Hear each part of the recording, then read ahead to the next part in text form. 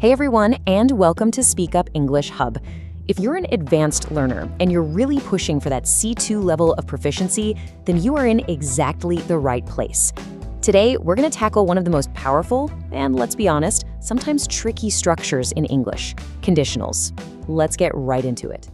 All right, first things first, let's just quickly look at the basic blueprint. It doesn't matter how complex they seem, every single conditional sentence has these two core parts.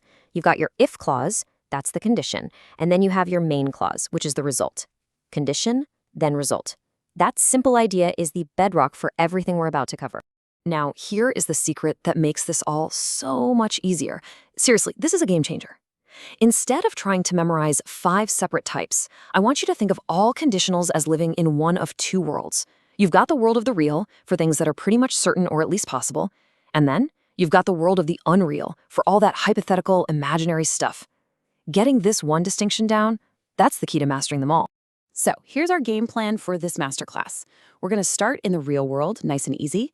Then we'll take a trip into the unreal. After that, we'll get into the really advanced stuff, mixing those 2 worlds together. And to finish up, it's going to be your turn to put it all into practice. Sound good? Let's go. Okay, let's dive into our first world. We're on solid ground here, you know? We're talking about things that are just plain true, scientific facts, things you do all the time, and stuff that's very, very likely to happen. So first up, we've got the zero conditional. I love this nickname for it, Miss Obvious. Why? Because it just states things that are 100% true, things that never change. You know, scientific laws, cause and effect, unbreakable habits. If you do this, that happens. Simple. For a C2 speaker, using this shows real precision when you're stating a fact. Okay, moving on to the first conditional. Now we're still in the world of the real, but now we're looking ahead to a specific future. We're not talking about general truths anymore. We're talking about one possible action in the future and what will probably happen because of it. It's all about being practical and looking forward. And this example right here makes the difference crystal clear. Look at the first one. If I have time, I work out. That's a general routine, right? It's just a habit in my life. But the second one, if I have time later today, I'll work out. Well, that's a specific plan for a specific future. See that shift? General versus specific, that's your difference between zero and first. All right, time to cross the bridge. We are now entering our second category, the world of the unreal. This is where the fun really begins. We get to explore dreams, what-ifs, wishes, and even regrets. And this is where the grammar gets really creative. You know this one, right? This classic lyric is the perfect way to get into the mood. The singer isn't a rich man, so he's dreaming. He's imagining a completely different reality. And that right there is the very heart of the second conditional, using language to step into a life we don't actually have. Now, this is where the grammar does something a little weird, but it's brilliant. Notice we use a past tense verb, like won, but we're not talking about the past at all. We're talking about an imaginary present or future. This little trick, taking a step back in tense, is the signal in English that says, hey, we're not in reality anymore. It's pure imagination. And here's a little pro tip just for you C2 learners.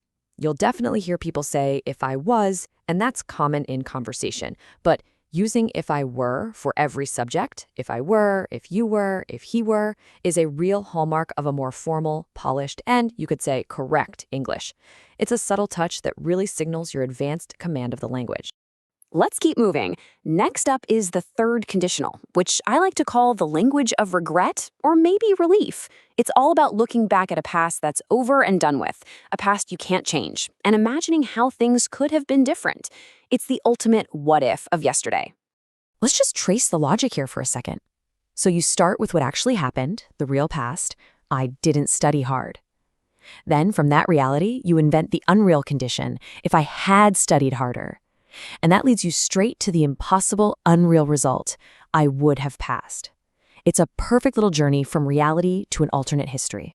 So we've explored the unreal present with the second conditional and the unreal past with the third.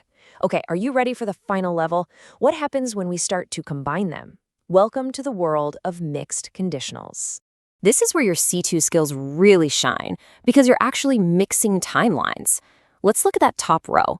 You can have an unreal past action with an unreal present result. Like, if I had taken that job, I would be living in London right now.